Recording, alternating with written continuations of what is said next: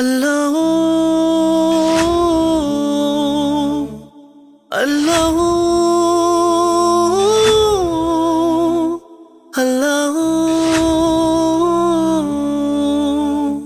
الحمدللہ نحمده ونستعینه ونستغفره ونؤمن به ونتوکل علیہ ونعوذ باللہ من شرور انفسنا ومن سیئات اعمالنا من يهده الله فلا مضل له ومن يضلله فلا هادي له ونشهد ان لا اله الا الله وحده لا شريك له ونشهد ان سيدنا محمدا عبده ورسوله ارسله بالهدى ودين الحق ليظهره على الدين كله وكفى بالله شهيدا فصلى الله عليه وسلم تسليما كثيرا كثيرا اما بعد فاعوذ بالله من الشيطان الرجيم بسم اللہ الرحمن الرحیم اقرأ بسم ربک الذی خلق۔ محترم فیکلٹی ممبرز اور عزیز طلباء و طالبات، آج ہم ایک بڑا دلچسپ موضوع ڈسکس کرنے چلے ہیں، اور وہ ہے کہ قرآن مجید میں اللہ تعالیٰ کو کس حیثیت میں ماننے کی دعوت دی گئی۔ اللہ تعالیٰ کی بہت سی حیثیتیں ہیں، اس کی بہت سی شانیں ہیں۔ اللہ تعالیٰ غفور الرحیم ہے، یہ اللہ تعالیٰ کی حیثیت، اس کی یہ شان ہمیں بہت پسند ہے، ہم سب کو اس کی ضرورت ہے۔ اللہ تعالیٰ خالق ہے، ایک بہت بڑی حقیقت ہے۔ اللہ تعالیٰ اپنے بندوں سے پیار کرنے والا ہے، یہ بھی ہماری ضرورت ہے۔ اللہ تعالیٰ بادشاہ ہے اس پوری کائنات کا، یہ اس کا جلال ہے، کوئی چیز اس کے قبضہ قدرت سے باہر نہیں ہے، یہ اس کی اتھارٹی ہے۔ اور ہر انسان اپنے پوائنٹ آف ویو سے اس چیز کو، اللہ تعالیٰ کو پہچانتا ہے۔ ایک دفعہ قرآن اکیڈمی لاہور میں اسی موضوع پر میرا لیکچر تھا، میں نے طلباء سے پوچھا کہ یہ آپ کو اللہ تعالیٰ کی کون سی حیثیت پسند ہے یا اٹریکٹ کرتی ہے، تو اکثر نے کہا جی رحمان الرحیم، کسی نے کہا غفور الرحیم، کسی نے کہا جی خالق۔ تو ایک نوجوان کہنے لگے جی عزیز ذو انتقام، زبردست بدلہ لینے والا۔ میں کہا تو پٹھان ہو؟ کہتا ہاں نہیں میں پٹھان ہوں۔ تو اب پٹھانوں کا ایک اپنا مزاج ہے نا، ان کے ہاں کسی شخص کی مردانگی اور اس شخص کا جو پاورفل ہونا ہے وہ کیا ہے کہ وہ بدلہ لے، اور جو بدلہ نہیں لیتا اس کو بزدل سمجھتے ہیں۔ بہرحال اپنا اپنا ایک ویو ہے، لیکن سوال یہ ہے کہ اللہ تعالیٰ نے قرآن مجید میں اپنی کون سی حیثیت انٹروڈیوس کروائی ہے۔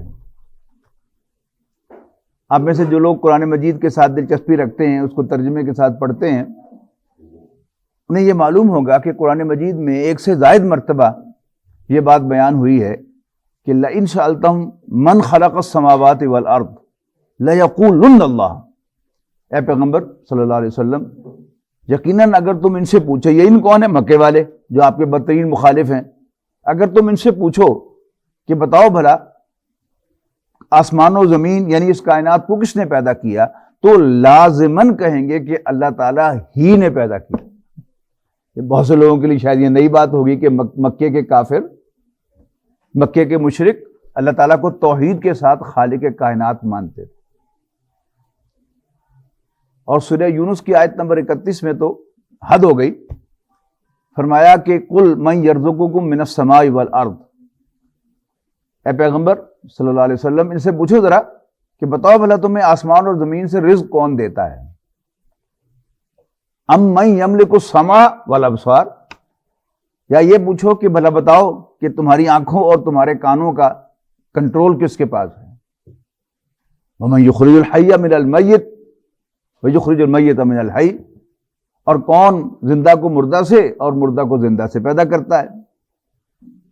ومن یدبر الامر، اور یہ کہ کون اس کائنات کی تدبیر کرتا ہے، سارے کاموں کی پلان کون کرتا ہے۔ اور جواب بڑا دلچسپ ہوگا آپ کے لیے، سیقولون اللہ، تو یہ کہیں گے اللہ۔ باقی رہ کیا گیا تھا؟ وہ اللہ تعالیٰ کو رازق بھی مانتے تھے، اور ہر چیز کا کنٹرول کرنے والا بھی مانتے تھے، کاموں کا پلان کرنے والا بھی مانتے تھے، اور زندگی اور موت کا مالک بھی مانتے تھے۔ تو پھر کہا فَقُلْ أَفَلَا تَتَّقُونَ، تو پھر ان سے پوچھو اس سے ڈرتے کیوں نہیں ہو؟ اور پھر قرآن کی انٹروڈکشن آف اللہ تعالیٰ کرایا گیا فَذَلِكُمُ اللَّهُ رَبُّكُمُ الْحَقُّ، تو سن لو پھر یہی اللہ تمہارا حقیقی رب ہے۔ جن حضرات کو قرآن مجید کی کہ انگریزی ٹرانسلیشن سے کوئی دلچسپی رہی ہو تو قرآن مجید کے تمام انگریزی ٹرانسلیشن میں رب کا ترجمہ لارڈ ملے گا آپ کو، لیکن شاہ ولی اللہ رحمۃ اللہ علیہ نے قرآن مجید کا جو سب سے پہلے فارسی ترجمہ کیا تو انہوں نے رب کا ترجمہ پروردگار کیا فارسی میں، جس کا مطلب ہے پالنے والا۔ اب اردو تراجم جو ہیں وہ اکثر و بیشتر وہ اسی سے انفلوئنسڈ ہیں، اس لیے کہ قرآن مجید کا سب سے پہلے اردو ترجمہ شاہ ولی اللہ ہی کے بیٹے شاہ رفیع الدین نے کیا رحمہ اللہ، پھر دوسرا ترجمہ با محاورہ شاہ عبد القادر رحمۃ اللہ علیہ نے کیا، پھر اسی سے بھی سارے کے سارے تراجم جو ہے ماخوذ ہیں۔ را با با ربا یا ربو، یہ اگر ورب کے طور پر آئے تو ان کے اس کے معنی میں سے ایک معنی جو ہیں وہ پالنے والا ہونے کے ہیں، لیکن جب یہ ناؤن کے طور پہ آتا ہے رب تو پھر اس کے معنی آقا کے، لارڈ کے، رولر کے ہیں۔ تو رب کا اصل مفہوم جو ہے وہ آقا ہے، وہ مالک کہ جو پورا اختیار رکھتا ہو۔ انگریزی میں اس کا ترجمہ لارڈ بنے گا، فارسی میں آقا بنے گا، اردو میں بھی کلاسیکل اردو میں وہی ہے، اور ہمارے ہاں پنجابی میں پنجاب کی شہری زبان میں اس کا ترجمہ میاں ہے۔ اللہ میاں کہتے ہیں نا ہم، اس لیے کہ جو شہر کے بڑے سرمایہ دار ہوتے ہیں وہ میاں صاحبان کہلاتے ہیں۔ اب کسی بھی مل میں چلے جائیں تو وہاں مل مالک کو کیا کہیں گے؟ میاں صاحب، اور مالکان کو میاں صاحبان۔ آپ دیہات میں جائیں گے تو دیہات میں رب کا ترجمہ چودھری ہے، یاد رکھیے گا، اور سرائکی میں اس کا ترجمہ سائیں ہے، اللہ سائیں، جانگلی میں بھی یہی ہے۔ تو رب جو ہے یہ مالک و مختار، وہ آقا کہ جو پورا کنٹرول رکھتا ہو۔ عربی زبان میں لفظ اللہ اللہ تعالیٰ کے لیے بنا تھا، اور صرف اور صرف اور صرف اللہ تعالیٰ کے لیے بولا جا سکتا تھا۔ جیسے انگریزی میں کیپٹل جی والا گاڈ، دو گاڈ ہے نا انگریزی میں، ایک اسمال جی والا گاڈ ہے،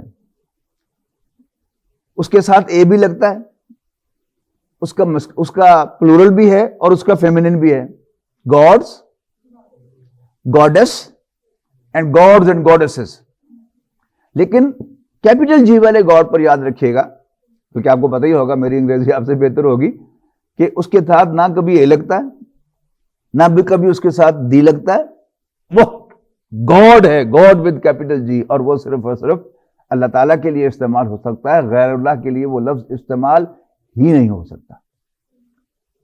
اسی طرح عربی زبان میں لفظ اللہ اللہ تعالیٰ کے لیے بنا تھا، جبکہ الہن یہ ہے گاڈ اسمال جی والا، worthy آف ورشپ، اس کی جمع بھی ہے آلہتن اور اس کی مؤنث بھی ہے لاتن۔ یہ لات، عزا اور منات آپ نے پڑھا ہوگا نا سیرت میں کہ ان کے بتوں کے نام تھے۔ لات یہ الہ کا مؤنث ہے، منات یہ منان کا مؤنث ہے، اور عزا یہ عزیز کا مؤنث ہے۔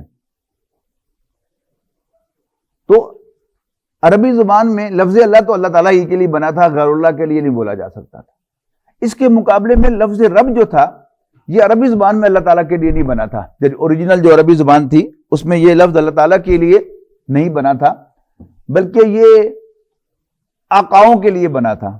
یعنی اگر آپ نے عربی میں یہ کہنا ہو کہ امیہ بن خلف حضرت بلال رضی اللہ تعالیٰ عنہ کا آقا تھا، مالک تھا، تو آپ کے پاس کوئی لفظ اس کے سوا لفظ نہیں ہے کہ کانا امیہ ربا بلال رضی اللہ عنہ۔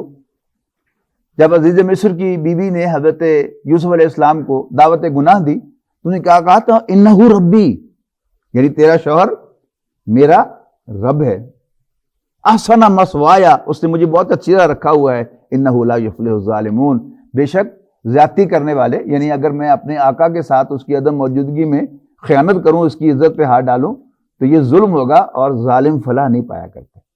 تو وہاں بھی لفظ رب آیا ہے۔ تو رب، آقا، مالک، لارڈ ہے. اب ہوا کیا کہ ایک چیز نوٹ کرنے کی ہے، جن لوگوں کو اللہ تعالیٰ کے نام یاد ہیں 99 نام، وہ ذرا نوٹ کریں کہ ان میں رب کہیں نہیں ہے نا. تو اس کا مطلب کیا ہوا کہ قرآن مجید میں اللہ تعالیٰ کا انٹروڈکشن ہے رب. اقرا بسم ربک الذی خلق. اب اگر آپ کے ذہن میں یہ بات ہوگی کہ مکے کے کافر اللہ تعالیٰ کو خالق مانتے تھے توحید کے ساتھ، تو اب اس آیت کا ترجمہ بدل گیا کہ پڑھ اپنے اس رب کے نام سے وہی جس نے پیدا کیا. سمجھے نا، مفہوم بدل گیا. اور یہ بھی آپ کو میں نے شاید پہلے بتایا تھا، نہیں بتایا تو اب بتا دیتا ہوں کہ قرآن مجید جو ہے یہ سائنس کی کتاب نہیں، ایمبریولوجی کی کتاب نہیں، تاریخ کی کتاب نہیں، کہانیوں کی کتاب نہیں. اگرچہ اس میں سب کچھ ہے، اس میں ایمبریولوجی بھی ہے، اس میں تاریخ بھی ہے، سائنس بھی ہے، جغرافی بھی ہے، کہانیاں بھی ہیں، لیکن نہ یہ کہانیوں کی کتاب ہے، نہ یہ سائنس کی کتاب ہے، نہ یہ تاریخ کی کتاب ہے، یہ ہدایت کی کتاب ہے. اب ذہن میں رکھیے گا کہ قرآن مجید نون چیزوں سے حقائق جو ہے وہ واضح کرتا ہے. اب کس کو پتہ نہیں ہوگا کہ انسان جو ہے اس کی تخلیق میں خون کا ایک رول ہوتا ہے. گاؤں کی ایک ان پڑھ خاتون جو نے کبھی اسکول کا منہ نہ دیکھا ہو، وہ انڈا توڑتی ہے تو اس میں سرخ لائن نظر آتی ہے تو ادھر پھینک دیتی ہے انڈے کو کہ یہ خراب ہو گیا، اور زیادہ خراب ہو جاتا ہے تو باقاعدہ اس میں سے تقریباً وہ پلاٹ نکلتا ہے. اس کے بعد پھر باقاعدہ ایک انفارم سا چوزا جو ہے وہ اس میں سے نکل آتا ہے، اور سب کو پتا ہے کہ انڈا جو ہے وہ چوزے کا اوریجن ہے اور اسی میں سے چوزا برآمد ہوتا ہے. اسی طرح عرب بھیڑ بکریاں بھی پالتے تھے، اونٹنیاں بھی پالتے تھے، اور ان کی اونٹنیاں ایبورٹ بھی کرتی تھیں. ارلی ایبورشن ہو تو خون نکلتا ہے، ذرا لیٹ ہو جائے تو کلوٹ نکلتا ہے خون کا، اور لیٹ ہو جائے تو پھر انفارم سا ماس نکلتا ہے، اور پھر تقریباً ایک فارم بچہ نکلتا ہے. اور خود ان کی اپنی عورتوں کی ابورشنز ہوتی تھیں، مس کیریج ہوتے تھے، اور ان کو پتا تھا کہ خون کا ایک رول ہے. اور یہی جو سٹیپس قرآن مجید وقتاً فوقتاً بیان کرتا ہے کہ پھر ہم نے اس کو جمع ہوا خون بنایا، اور پھر ہم نے اس کو ایک لوتھڑا بنایا، اور پھر اس میں اندر ہڈیاں ڈالی. یہ سارے کے سارے سٹیپس ان کو معلوم تھے، کوئی نئی بات نہیں تھی. لیکن اب ساری بات جو ہے وہ اصل کس کی ہے کہ وہ اللہ جس نے تمہیں ان مراحل سے گزار کر تخلیق کیا وہی تمہارا رب ہے، اور اسی نے تمہیں قلم سے لکھنا سکھایا، قلم کے ذریعے تعلیم دی. اس کے بعد آیا ہے کلا ان الانسان لیطغی. یہ اکثر و بیشتر چونکہ ہمارے ذہن میں ازمپشن یہ ہے کہ مکے کے لوگ اللہ تعالیٰ کو جانتے ہی نہیں تھے، ازمپشن ہے. whereas they knew him very well. خالق مانتے تھے، رازق مانتے تھے، سب کچھ مانتے تھے. تو ہم سارا وہیں پر پہلی وحی کو ختم کر دیتے ہیں. جبکہ حضور صلی اللہ علیہ وسلم کے جو ابتدائی خطبات ہیں ان میں سب سے زیادہ تذکرہ آخرت کا ہے. وہ آخرت کے بارے میں اگلی 3 آیات ہیں. کلا ان الانسان لیطغی. نہیں، انسان سرکش ہو ہی جاتا ہے. کیوں؟ اور رآہ استغنی، اس لیے کہ وہ اپنے آپ کو بے پرواہ دیکھتا ہے کہ مجھے کوئی پوچھنے والا نہیں ہے. یعنی فزیکل لاز کو اگر آپ وائلیٹ کریں گے، گرم گرم کافی چائے کا گھونٹ بھریں گے تو آپ کا تالو جل جائے گا، گھونٹ زبان جل جائیں گے.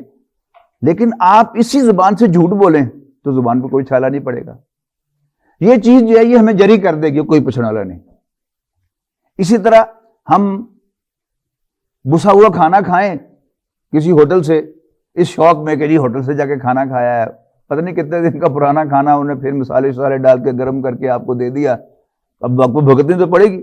آدھی رات آپ 112 کو کال کر کے الائڈ اسپتال جائیں گے تو پھر مہینہ بھر آپ کھانے کو سونگ سونگ کے کھائیں گے. وہ محاورہ ہے نا اردو کا کہ دودھ کا جلا چھاچھ کو بھی، لسی کو بھی پھونک پھونک کے پیتا ہے.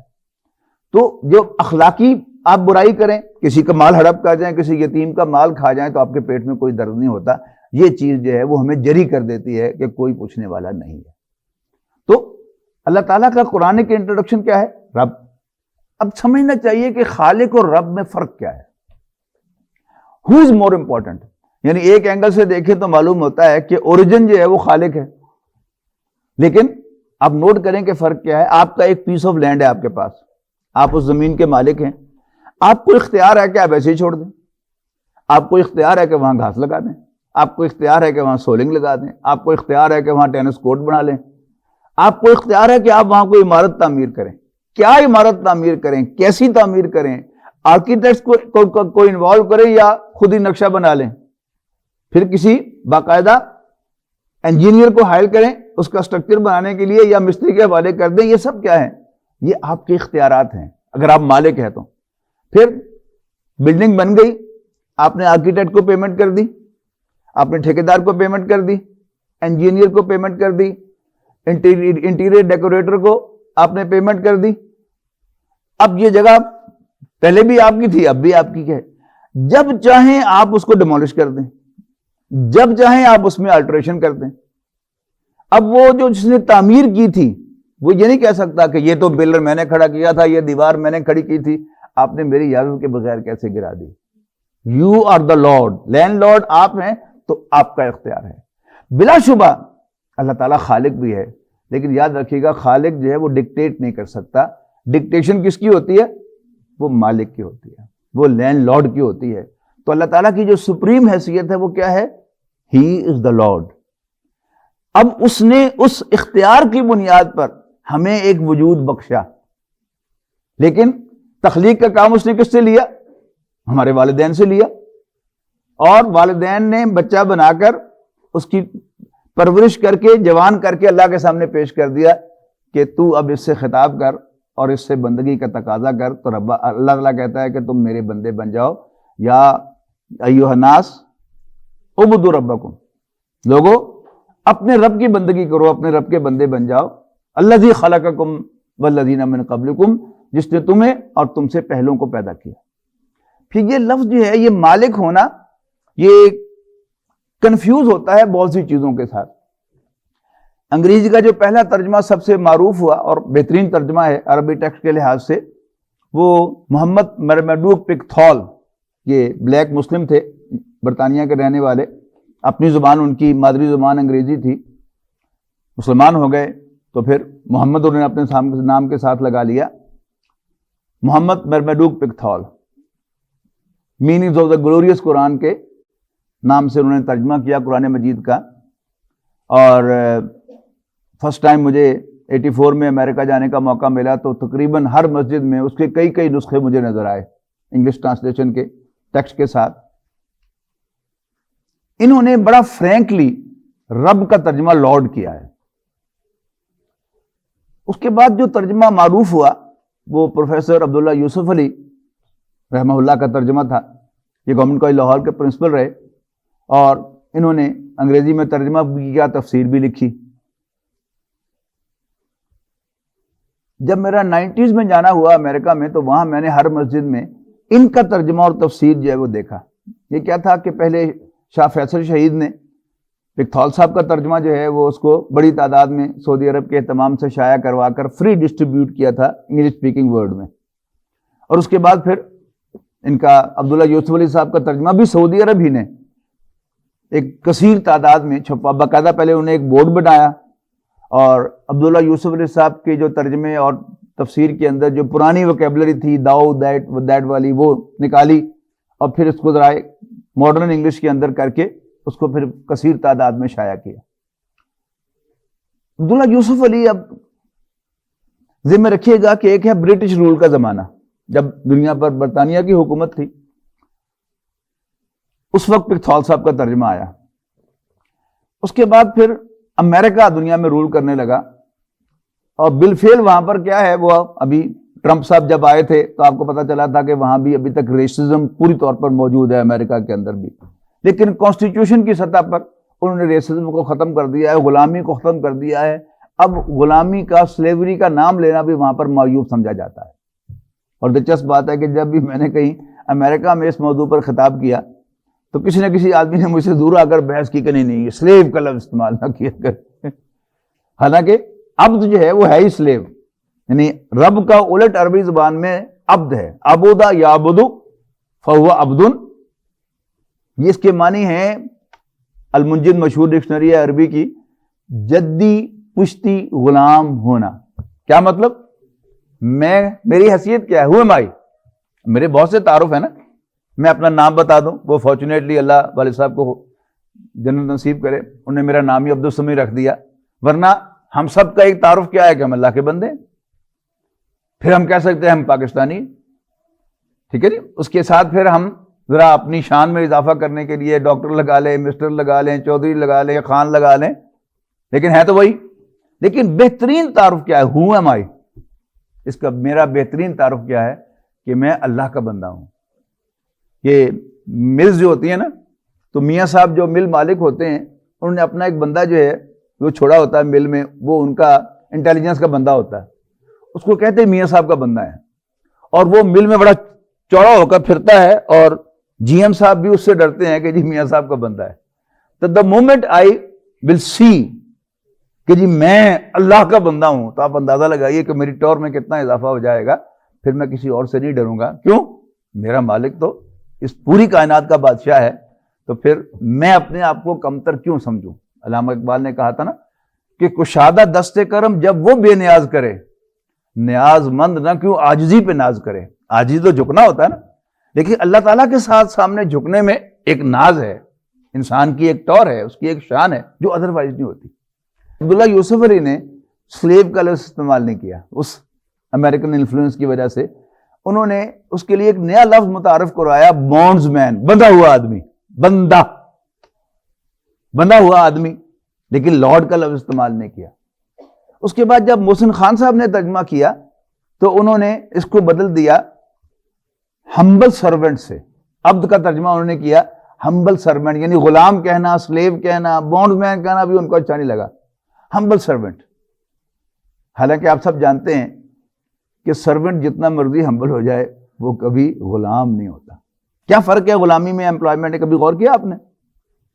اگر آپ ایک چارٹ بنائیں، بورڈ ہوتا تو میں آپ کو لکھ کر وہاں دکھاتا کہ اگر آپ چارٹ بنائیں، ایک طرف سلیوری لکھیں اور ایک طرف امپلائمنٹ لکھیں اور کمپیئر کریں دونوں کو. سب سے پہلا فرق جو آپ کو نظر آئے گا امپلائمنٹ اور سلیوری میں، وہ کیا ہے؟ Employment is always with choice. آپ جتنے مرضی تنگ دست ہوں، آپ کو جاب آفر ہوگی تو آپ ایکسپٹ کریں گے تو آپ امپلائی بنیں گے. If you don't except for any reason تو آپ کے پاس اختیار ہے قبول کرنے کا یا نہ کرنے کا. ویئر ایز غلامی میں، سلیوری میں کوئی اختیار نہیں ہوتا. کیا اللہ تعالیٰ نے ہمیں پوچھ کے پیدا کیا تھا؟ اللہ تعالیٰ نے ہمیں پوچھا تھا کہ میرے بندے بننا چاہتے ہو کہ نہیں؟ وہ تو رب ہے، اس نے ہمیں پیدا کیا اور اس کا حکم ہے کہ میرے بندے بن جاؤ، میری غلامی اختیار کر لو. We don't have any choice. دوسرا کیا ہوتا ہے کہ امپلائمنٹ میں جب بھی آپ کہیں ملازمت اختیار کرتے ہیں تو آپ کے اور امپلائر کے درمیان ایک کانٹریکٹ ہوتا ہے، معاہدہ. یاد رکھیے گا غلامی میں کوئی معاہدہ نہیں ہوتا. اب معاہدے میں کیا ہوتا ہے؟ سب سے پہلے جاب ڈسکرپشن ہوتا ہے کہ آپ کو کس کام کے لیے ملازم رکھ رہے ہیں. آپ نے اکاؤنٹنگ کرنی ہے، اکاؤنٹ مینٹین کرنا ہے، آپ نے ٹیکس جو ہے اس کو دیکھنا ہے، یا آپ نے مینجمنٹ کو دیکھنا ہے، تو جاب ڈسکرپشن ہے کہ آپ کی جاب کیا ہے. اس کے بعد کیا ہوتا ہے کہ اوقات کار طے ہوتے ہیں، آپ کتنے گھنٹے ڈیوٹی دیں گے. پھر ریمونریشنز آتی ہیں کہ آپ کو مراد کیا ملیں گی، تنخواہ کتنی ملے گی، گاڑی ملے گی، ڈرائیور بھی ملے گا، آپ کو جو ڈیوٹی کے دوران کھانے کا وقت ہوگا تو کھانا بھی ملے گا. یہ سب کیا ہے؟ یہ مراد ہیں. لیکن غلامی میں کچھ نہیں ہوتا، نہ کانٹریکٹ ہوتا ہے، نہ ٹائمنگز ہوتے ہیں. غلام جو ہے وہ 24 گھنٹے کا غلام ہوتا ہے. یعنی جیسے وہ میں بتایا آپ کو کہ عبد کے معنی ہی المجد ڈکشنری میں ہے جدی پشتی غلام ہونا. یعنی میں بھی اللہ کا غلام ہوں. میرے والد مرحوم، میرے دادا مرحوم، میرے پردادا مرحوم، یہاں تک کہ میرے جد امجد حضرت آدم علیہ السلام بھی اللہ تعالیٰ کے غلام تھے. یہ ہمارا سٹیٹس ہے. ٹھیک ہے جی.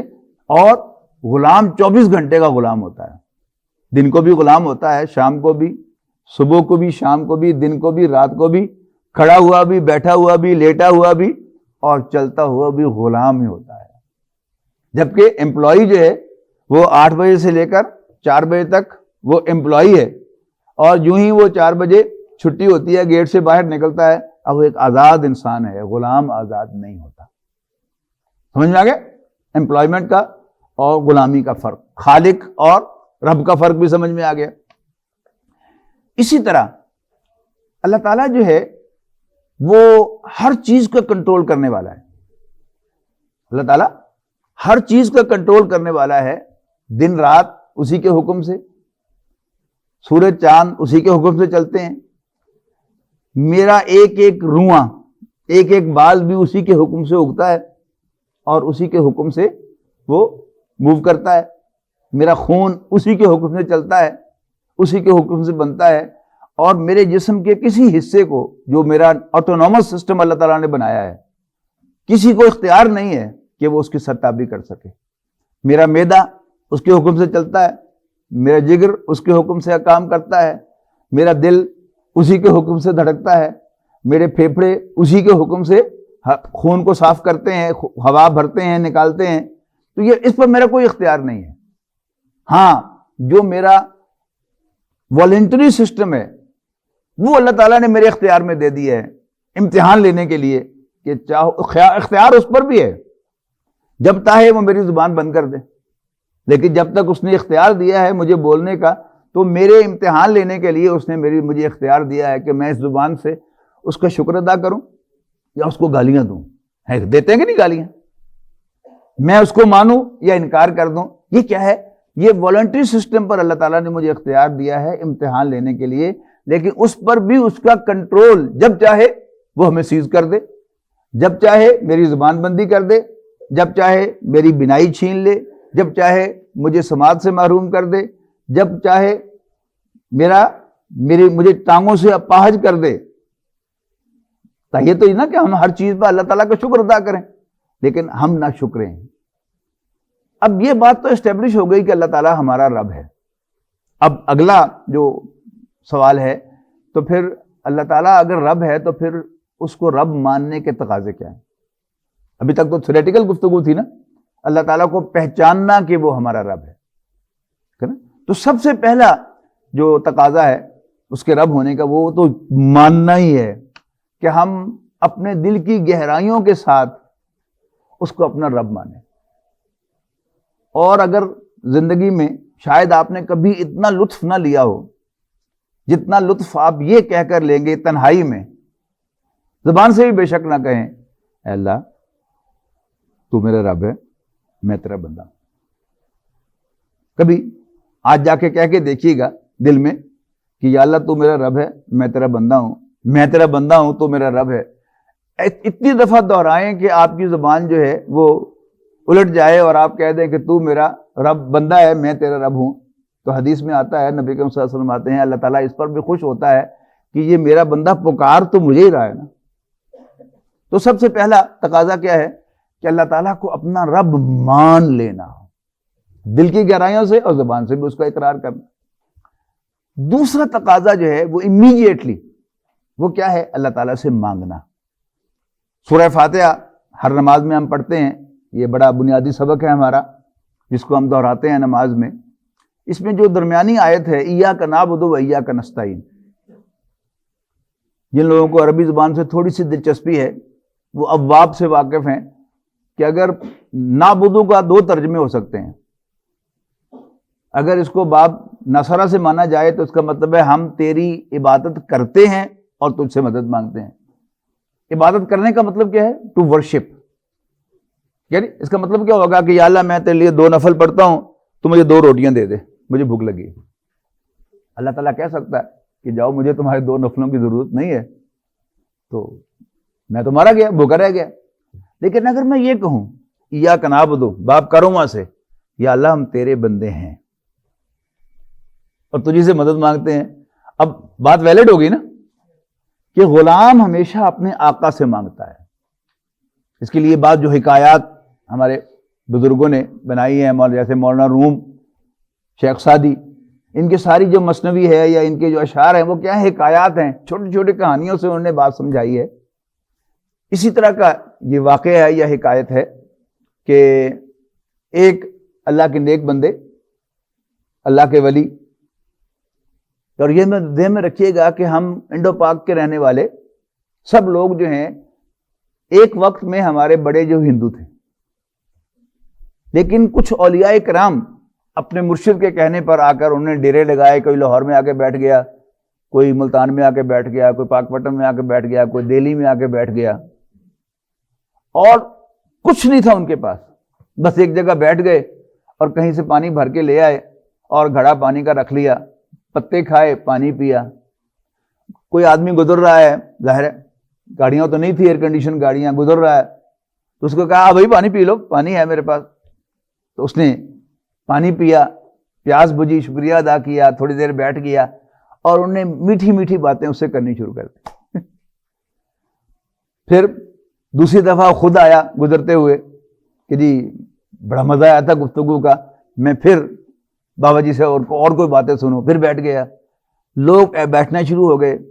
لوگوں نے انہیں تسی کی کھاندے ہو؟ اچھا، اوہو. گھر گیا، فٹافٹ کھانا لے آیا، دوسرا بھی لے آیا، تیسرا بھی لے آیا. تو وہ کھانا بجائے خود انہوں نے کھانے کے ساتھ جو ہے وہ گزرتے ہوئے آدمی کو آؤ روٹی کھا لو بٹھا لیا کھانا کھانے کے لیے، اور پورا لنگر چلنا شروع ہو گیا. تو ایسے ہی اللہ والے ایک تھے بیٹھے ہوئے، تو ان کی وہ خانقاہ تھی، تو کھانا انہوں نے کوئی بندوبست نہیں کیا ہوا، لیکن کھانا اللہ تعالیٰ بھیجتا تھا، اور اتنا کھانا آتا تھا کہ لنگر چلتا تھا، بہت سے لوگ کھاتے تھے. ایک دن انہیں خیال آیا کہ اب میرے کھانے کا بندوبست تو ہو گیا ہے. اللہ تعالیٰ جو ہے ہم میں سے ہر شخص کو انڈیویجولی ٹریٹ کرتا ہے، یاد رکھیں. اور جو اللہ کے قریب ہے اللہ تعالیٰ اس کی حفاظت کرتا ہے، اس کو 20 سے پونے 20 بھی نہیں ہونے دیتا. 19 تو بہت دور کی بات ہے. جس کی مثال قرآن مجید میں کیا ہے کہ قریش کے سرداروں نے یہودیوں سے پوچھ کر حضور صلی اللہ علیہ وسلم سے مشکل سوال پوچھے کہ روح کیا ہوتی ہے، ذوالقرنین کون تھا، اصحاب کہف کا واقعہ کیا ہے. تو ظاہر ہے کہ یہ تاریخ بنی اسرائیل کے واقعات تھے اور ایک بڑا علمی نکتہ تھا کہ روح کیا ہوتی ہے. تو رسول اللہ صلی اللہ علیہ وسلم نے فرمایا کہ کل بتاؤں گا، ایزیومنگ کہ وہی آ جائے گی تو میں بتا دوں گا. اور آپ کے دل میں تو یہی ہوگا نا کہ اللہ مجھے وہی بھیجے گا تو میں بتا دوں گا. بس صرف ایسا ہوا کہ آپ نے زبان سے انشاءاللہ نہیں کہا. اب چونکہ وہ اللہ کے نبی تھے، ہم ساری عمر انشاءاللہ نہ کہے تو ہمارا کام کبھی نہیں رکا. کبھی نوٹ کیجیے گا.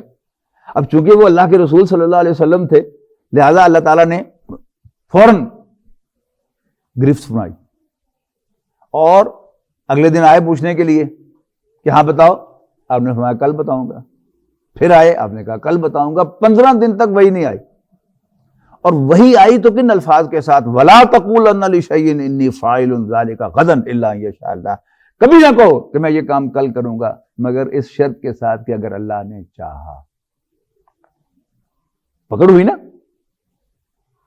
حالانکہ کوئی فرض تو نہیں ہے انشاءاللہ کہنا، لیکن بہرحال جن کے رتبے ہیں سوا، ان کی سوا مشکل ہے.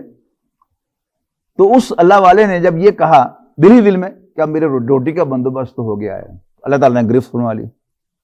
وہ سب لوگ جو کھانا بھیجتے تھے، کسی نے کہا کہ چلو باقی سارے بھی لے آئیں دن وہ لے آئیں گے. کسی نے سوچا کہ چلو آج نہیں دیتا، تھکا ہوا آیا ہوں. بیوی نے کہا بھی ہوگا کہ بابا جی کو کھانا دے آؤ. میں نے کہا کوئی نہیں، اتنے بڑے کھانے دینا لے. کسی کو بھول گیا. 3 دن تک اللہ تعالیٰ کے فیصلے سے کوئی کھانا لے کے نہیں آیا. اب جب بھوک سے نڈھال ہو گئے تو اٹھ کر ساتھ والی بستی میں گئے، 2-3 دروازوں پر دستک دی کہ میں 3 دن کا بھوکا ہوں، مجھے کچھ کھانے کو دے دو. تو 3 روٹیاں جو ہیں وہ ملیں تو بڑی قناعت کے ساتھ کہ بس کافی ہے، زیادہ لالچ کی ضرورت نہیں ہے. وہ لے کے چلے اپنی وہ کٹیا کی طرف. تو راستے میں جب نکلے بستی سے تو اس بستی کا ایک کتا پیچھے ہو لیا اور بھونکنے لگا بری طرح سے، کاٹنے کو دوڑ رہا ہے. اس نے بڑا پیچھے ہٹایا اس کو اپنی چھڑی سے یوں کر کے، لیکن وہ کاٹنے کو دوڑ رہا ہے. آخر تنگ آ کر ایک روٹی اس کو ڈال دی. کتے نے فٹافٹ وہ روٹی پھاڑی، پھر پیچھے. دوسری بھی ڈال دی، کتا پھر پیچھے. تیسری بھی ڈال دی، کتا پھر بھونکے جا رہا ہے اور کاٹنے کو دوڑ رہا ہے. آخر اس کی طرف یوں مڑ کے چھڑی اس کی طرف کر کے کہا بے غیرت، 3 دن کا بھوکا تھا میں، 3 روٹیاں مانگ کے لایا تھا، تینوں تمہیں ڈال چکا ہوں، پھر بھی بھونک رہے ہو. جس اللہ نے مجھے اور آپ کو زبان دی ہے، اللہ نے اس کتے کو زبان دی. کتے نے کہا بے غیرت میں نہیں، بے غیرت تم ہو. میرا مالک مجھے 10 دن بھی بھوکا رکھے تو میں کبھی ساتھ والے دروازے پر نہیں گیا. اتنے بے شرم ہو کہ دعویٰ کرتے ہو کہ میرا رب اللہ ہے، اور اس نے 3 دن تمہیں کھانا نہیں دیا. اپنے جیسے انسانوں سے مانگنے کے لیے آ گئے. پانی پانی کر گئی مجھ کو قلندر کی یہ بات. تو جھکا جب غیر کے آگے، نہ تن تیرا نہ من. اس کا اگر بامحاورہ ترجمہ کرو نا، نہ تن تیرا نہ من کا، تو کوڑیوں کھوٹا ہو گیا، تیرے پلے ککھ نہیں رہا. کیوں؟ تو نے اپنے جیسے انسان کے سامنے اللہ کو چھوڑ کر کسی اور کے سامنے ہاتھ پھیلا دیا. میرا مالک اللہ ہے، اس کو چھوڑ کر کسی اور کے سامنے ہاتھ پھیلانا گویا اللہ تعالیٰ پر بے اعتمادی کا اظہار کرنا ہے. اللہ تعالیٰ مجھے دیکھ رہا، میں کس حال میں ہوں اسے معلوم ہے، میرا کسی اور سے مانگنا بنتا نہیں ہے. آپ کے ہاں کوئی ملازم ہو یا ملازمہ ہو اور میں آپ کے ہاں مہمان جاؤں اور آپ کا ملازم جو ہے وہ میرے سامنے اپنا دکھڑا پھول کے بیٹھ جائے، تو جب میں چلا جاؤں گا تو آپ کیا کریں گے؟ اس کو ڈانٹیں گے نا کہ تو نے ہماری بے عزتی کروا دی ہے کہ ہمارے مہمان کے سامنے اپنی حاجت رکھی ہے. تو جب ہم اپنے مالک کو چھوڑ کر کسی اور کے سامنے اپنی حاجت رکھیں گے تو کیا ہمارا مالک خوش ہوگا؟ Not at all. تو اللہ تعالیٰ کو کہ رب ہونے کا تقاضا نمبر 1 اس کو مان لینا دل و جان سے کہ وہ میرا رب ہے، میرا آقا ہے. اگلی بات کیا ہے کہ میں نے آپ کو بتایا کہ شہر کا بڑا میاں صاحب ہوتا ہے، مل مالک سرمایہ دار، آپ کو تو زیادہ انہی سے واسطہ پڑے گا. لیکن گاؤں کا بڑا چودھری صاحب ہوتا ہے. ان دونوں کے مزاج میں، ان کی تھنکنگ میں زمین و آسمان کا فرق ہے. سرمایہ دار کی انگریزی کیا ہے؟ کیپٹلسٹ. اور چودھری صاحب کی انگریزی کیا ہے؟ Land lord. اس میں لارڈ لگا ہوا ہے نا. اب دیکھیے وہ لارڈ کیسا ہے. جب کوئی ملازم میاں صاحب کا چوری کرے، غبن کرے، تو میاں صاحب اسے کیسے ٹریٹ کرتے ہیں؟ ہے علم میں؟ آج نہیں پتا تو کل آپ کسی جگہ ملازم ہوں گے تو آپ کو پتا چل جائے گا. وہ اس کو پکڑ لیتے ہیں اور اکاؤنٹنٹ سے کہتے ہیں ذرا اس کا حساب کرو کہ اس کے ذمے کتنے بنتے ہیں اور کتنا اس نے ہیرا پھیری کی ہے. اور پھر اس کے گھر پیغام بھیجتے ہیں کہ آپ کے آدمی نے 2.5 لاکھ غبن کیا ہے، 2.5 لاکھ دے جاؤ، بندہ لے جاؤ، ورنہ ہم پولیس میں پرچہ کٹا کے اس کو اریسٹ کرا دیں گے. ویئر ایز جب چودھری صاحب کا کوئی کمی، وہ ملازم نہیں ہوتا، وہ ان پر پورا ڈیپینڈ کرتا ہے، وہ کمی غلام ہوتا ہے ان کا. جب ان میں سے وہ کوئی چوری کرتا ہے تو چودھری صاحب سمپلی اس کو بلاتے ہیں ادرا،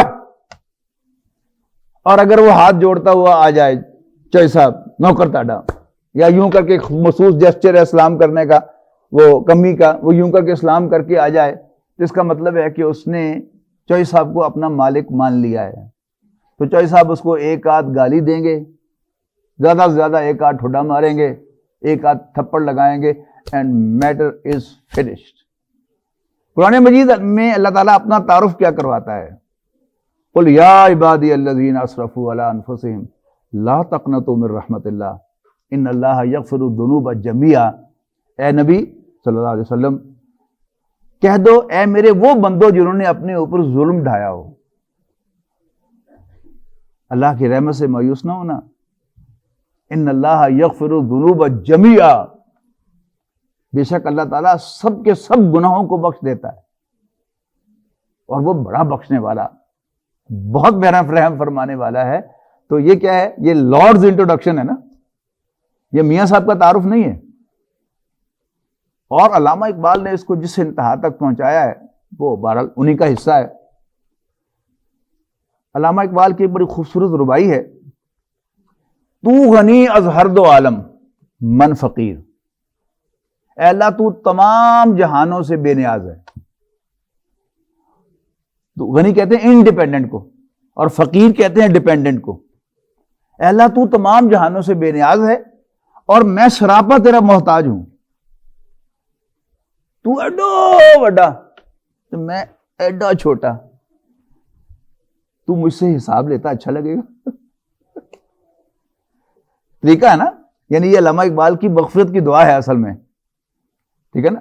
میں اپنے علم سمجھ کے مطابق اللہ تعالیٰ سے مانگوں گا، اقبال اپنے لیول پر جا کے اللہ تعالیٰ سے مانگتا ہے کہ یا اللہ تو اتنا بڑا، ہر چیز سے بے نیاز، انڈیپینڈنٹ آف ایوری تھنگ، اور میں سراپا ڈیپینڈنٹ آن یو، سراپا تیرا محتاج، تو مجھ سے حساب لیتا اچھا لگے گا. لہذا روز محشر عذر ہائے من پذیر، لہذا قیامت کے دن میرے جھوٹے بہانے قبول کر لیتا. تجھے پتا ہوگا کہ میں جھوٹ بول رہا ہوں، میں لیم ایکسکیوزز کر رہا ہوں، لیکن تیری شان کا بھی تو تقاضا نا، تو مجھے منہ نہ لگانا، میں بہت چھوٹا ہوں. تجھے زیب نہیں دیتا کہ تو مجھ سے پائی کا حساب دینا شروع کر دے. تو غنی از ہر دو عالم من فقیر، روز معاشر عذر ہائے من پذیر. اور اگلا شعر پھر نبی اکرم صلی اللہ علیہ وسلم کے ساتھ جو ان کی محبت ہے وہ اس کا مظہر ہے کہ ور حسابم راتو بینی ناگزیر. اے اللہ اگر تو سمجھے کہ میرے آفینسز، میرے جو باغیانہ رویہ ہے وہ بہت زیادہ گریوس ہے and I have to be accounted for, تو پھر ایک میری چھوٹی سی گزارش ہے کہ از نگاہ مصطفیٰ صلی اللہ علیہ وسلم پنہا بگیر، تو پھر میرے سے حساب حضور صلی اللہ علیہ وسلم سے ذرا اولے ہو کے لے لینا، تاکہ میری وجہ سے ان کو شرمندگی نہ ہو کہ ان کو امتی کیا کیا حرکتیں کرتا رہا ہے. تو اللہ تعالیٰ جو ہے وہ لارڈ ہے. بس جیسے وہ غلام جو ہے وہ سلام کر کے صرف اس کو یقین دلاتا ہے چوہی صاحب کو کہ جی میں تہاڈا ہی نوکر ہاں، میں تہاڈا ہی غلام ہاں، تو چوہی صاحب اس کو معاف کر دیتے ہیں. تو اللہ تعالیٰ کا بھی ہم سے تقاضا کیا ہے کہ بڑی سے بڑی غلطی ہو جائے بس سمپلی مجھ سے معافی مانگ لیا کرو، اور پھر غلطی کر بیٹھو پھر معافی مانگ لو، پھر غلطی کر بیٹھو پھر معافی مانگ لو. ہم میں سے کوئی شخص کتنا بھی بڑا نرم دل ہو، اس کا ملازم اس سے 4 دفعہ غلطی کرے گا، معافی مانگ لے گا، وہ معاف کر دے گا، لیکن 5ویں یا 6ٹھی دفعہ کہے گا تو کیوں مذاق بنایا. لیکن اللہ تعالیٰ کے ہاں نہیں ہے. فارسی میں بڑی خوبصورت ایک ربائی ہے کہ باز آ ہر آنچ ہستی باز آ. تو جو کچھ بھی ہے، تم نے جو کچھ بھی کیا ہے، باز آ جا، واپس آ جا، توبہ کر لے.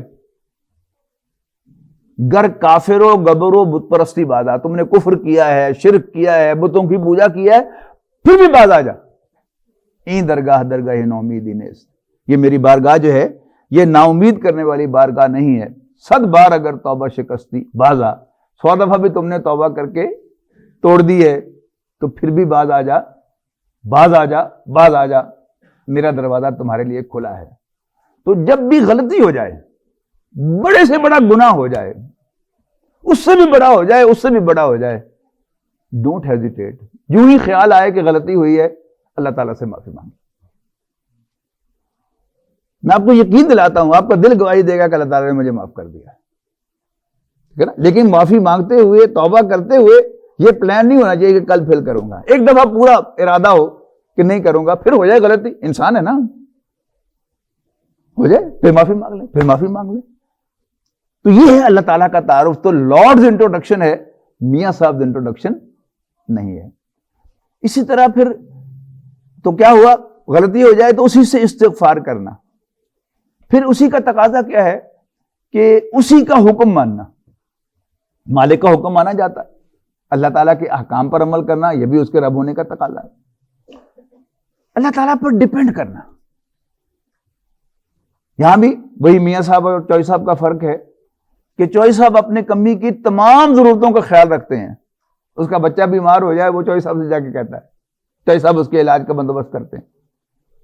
اس کے مہمان آ جائے وہ چوہی صاحب کو کہتا ہے چوہی صاحب میرے پرانے آ گئے، چوہی صاحب اس کو کرتے ہیں. ہر چیز کا خیال رکھنا. تو غلام جو ہے وہ اپنے آقا پر ڈیپینڈ کرتا ہے، تو ہمیں بھی اللہ تعالیٰ پر ڈیپینڈ کرنا ہے. غلام جو ہوتا ہے وہ اپنے آقا کے لیے کام کرتا ہے اور اس کا وفادار ہوتا ہے، لڑتا ہے اس کے لیے. غلام اپنے آقا کے لیے لڑتا ہے، جان بھی دیتا ہے، جبکہ ایمپلائی کی یہ ذمہ داری نہیں ہے. کوئی شخص جو ہے وہ مل مالک پر حملہ کر دے تو جو گارڈ ہے وہ تو ذمہ داری ہے اس کی، لیکن کسی دوسرے امپلائی کی کہ جی جنرل مینیجر صاحب بھی آ کے جو ہے وہ میاں صاحب کو بچانے کی کوشش کریں، it's not his responsibility. Job description میں یہ نہیں ہے. لیکن جو غلام ہوتا ہے وہ اپنے آقا کے لیے جان بھی دیتا ہے. تو اللہ تعالیٰ کا بھی ہم سے تقاضا کیا ہے کہ میرے وفادار بن جاؤ، میرے لیے جیو، میرے لیے مرو. اگر میری اتھارٹی کو چیلنج کر رہا ہو تو اس کو پکڑو، اس سے لڑو اور میری اتھارٹی کو قائم کرنے کی کوشش کرو. یہ خاص طور پر ذمہ داری ہے نبی اکرم صلی اللہ علیہ وسلم کی. یعنی پچھلے جو انبیاء کرام ہیں ان کی دعوت کو اگر آپ قرآن مجید میں ٹریس کریں تو وہ کیا ملتی ہے. پہلے 3 جو ہیں ان کی تو صرف عقیدے کی دعوت ہے. یا قوم اعبدوا اللہ ما لکم من الہ غیرہ انی لکم رسول امین فاتقوا اللہ واطیعون ما اسألکم علیہ من اجر ان اجری الا علی رب العالمین. اے میری قوم، اللہ کی بندگی کرو، اللہ کے سوا کوئی تمہاری عبادت کے لائق نہیں ہے. میں تمہاری طرف بھیجا ہوا ایک سچا پیغمبر ہوں ٹرسٹ وردی. بس اللہ سے ڈرو, میرا کہنا مانو, میں تم سے کوئی اجرت نہیں مانگتا, میری اجرت اللہ کے ذمہ, میرے رب العالمین کے ذمہ. حضرت لوط علیہ السلام سے پھر معاشرتی جو بھی برائیاں تھیں ان کو بھی پیغمبروں نے ایڈریس کرنا شروع کیا. لوط علیہ السلام آئے, شعیب علیہ السلام آئے, ناپ تول میں کمی, ہیرا پھیری مالی اعتبار سے, اور ڈاکے ڈالنا اس سے منع کیا. موسیٰ علیہ السلام تشریف لائے تو انہوں نے ایک قوم نے دوسری قوم کو غلام بنا رکھا تھا, تو پولیٹیکل ریپریشن کو آ کر انہوں نے چیک کیا اور قوم کو آزاد کروایا. اس کے بعد نبی اکرم صلی اللہ علیہ وسلم کی تشریف آوری ہے, آپ کو بھیجا ہی اس لیے گیا, هو الذی ارسل رسولہ بالہدی والدین الحق لیظہرہ علی الدین کلہ. اللہ ہی تو ہے جس نے بھیجا اپنے پیغمبر صلی اللہ علیہ وسلم کو الہدا یعنی قرآن مجید دے کر, اور دین حق یعنی سچا دین دے کر. کیوں؟ لیظہرہ علی الدین کلہ, تاکہ آپ اس دین کو کل کے کل دین پر, کل نظام زندگی پر غالب کرتے ہیں, مشرکوں کو اتنا برا لگے. اچھا آپ غور کیجیے, آپ سیرت نبی کو اگر آپ غور سے پڑھیں گے تو نبی اکرم صلی اللہ علیہ وسلم کی ساری سیرت اسی کے گرد گھومتی ہے, اللہ کی حکمرانی قائم ہو جائے. تو نبی اکرم صلی اللہ علیہ وسلم کے پیروکاروں کی زندگی کا مقصد بھی یہی ہونا چاہیے کہ میری زندگی کا مقصد تیرے دی کی سرفرازی, میں اسی لیے مسلمان, میں اسی لیے نمازی. آخری بات لیکن last but not the least, اگر کسی ملک کا جنرل مینیجر ارسٹ ہو جائے, گرفتار ہو جائے, تو میاں صاحب بڑا تیر ماریں گے کہ ایس پی صاحب کو ایک فون کر دیں گے کہ جی وہ ساڈا جی ایم پولیس نے پھڑ لیا, ذرا خیال رکھنا, بس. لیکن جو کمی ہے چوئی صاحب کے, ان کو پوری طرح وہ پروٹیکشن دیتا ہے, اور ایس ایچ او کی جرت نہیں ہوتی کہ کسی کمی کو پکڑ کے لے جائے چوئی صاحب کی اجازت کے بغیر. وہ چوئی صاحب کے پاس آتا ہے, ان کے پاؤں پکڑتا ہے کہ چوئی صاحب میری نوکری دا سوال ہے, ایک باری میں نے دی گرفتاری دے دیو, میں ابتدائی تفتیش دے وچ ہی خارج کر دیاں گا. لیکن چوئی صاحب کی اجازت کے بغیر ان کے کمی کو نہیں پکڑتا. تو اللہ تعالیٰ کیا ہے؟ وہ لارڈز کا لارڈ ہے, وہ اپنے بندوں کی حفاظت کرتا ہے. اب وہ حفاظت کیا ہے؟ پروٹیکشن. نبی اکرم صلی اللہ علیہ وسلم کو, اور یہ بڑی دلچسپ بات ہے, آپ کے لیے شاید نہیں ہو, کہ قرآن مجید میں جہاں بھی تعوذ کو حکم دیا گیا ہے کہ میری پروٹیکشن طلب کرو, میری پناہ طلب کرو, وہ واحد کے صیغے میں ہے, حضور صلی اللہ علیہ وسلم سے. یعنی قل اعوذ برب الفلق, قل اعوذ برب الناس, واحد کے صیغے میں ہے نا. کہو کہ میں انسانوں کے رب کی پناہ میں آتا ہوں, کہو کہ میں صبح کے رب کی پناہ میں آتا ہوں. اور پھر قرآن مجید پڑھنے سے پہلے تعوذ کرنا, اس کا بھی حکم واحد کے صیغے میں.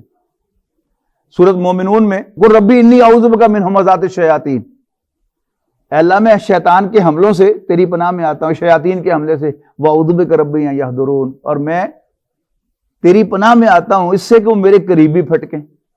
سورہ حامیہ سجدہ میں اما ینزغنک من الشیطان نزغ, جب بھی تمہیں شیطان کی طرف سے کوئی چوک لگے فاستعذ باللہ, اللہ کی پروٹیکشن میں آ جاؤ, اللہ کی پناہ میں آ جاؤ. پھر سورہ نحل میں اذا قرأت القرآن فاستعذ باللہ من الشیطان الرجیم, جب بھی قرآن پڑھو تو شیطان مردود سے اللہ تعالیٰ کی پروٹیکشن ضرور حاصل کر لیا کرو.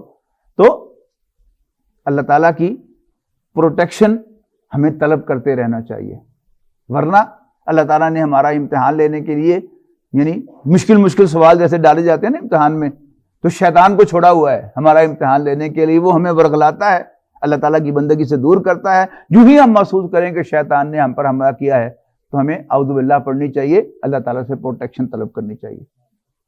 اور لاسٹ سب سے بات میں کہہ رہا ہوں, چھوٹی سی بات, ذرا دلچسپ بھی ہے. کسی سے کہنا ہو ٹھیک ہو جاؤ, اس کا پنجابی ترجمہ کیا ہے؟ بندہ بن. ٹھیک ہے جی. تو اگر کوئی بندہ ہے تو ٹھیک ہے, باقی جتنا مرضی دیانتدار ہے, سچا ہے, اپنے کام کو جاننے والا ہے, لیکن بندہ نہیں ہے تو وہ ٹھیک نہیں ہے. تو پھر آئیے ہم بھی بندے بن جائیں. آخر دعوانا الحمدللہ رب العالمین, الحمدللہ رب العالمین والعاقبۃ للمتقین والصلاۃ والسلام علی رسول الکریم. یا اللہ ہمیں اپنا بندہ بننے کی توفیق عطا فرما. یا اللہ ہمیں صرف تیری ذات سے مانگنے کی توفیق عطا فرما, تیرا کہنا ماننے کی توفیق عطا فرما, تجھ پر ڈیپینڈ کرنے کی توفیق عطا فرما, تیرے دین کو سربلند کرنے کے لیے اپنا تن من دھن لگانے کی توفیق عطا فرما. اور یا اللہ ہمیں تمام شیاطین کے حملوں سے بھی اور انسانوں کے حملوں سے بھی, خارج کے حملوں سے بھی, اندر کے حملوں سے بھی محفوظ فرما. ربنا تقبل منا انک انت السمیع العلیم وتب علینا انک انت التواب الرحیم. وصلی اللہ تعالی علی رسولہ خیر خلق محمد وآلہ وصحبہ اجمعین برحمتک یا ارحم.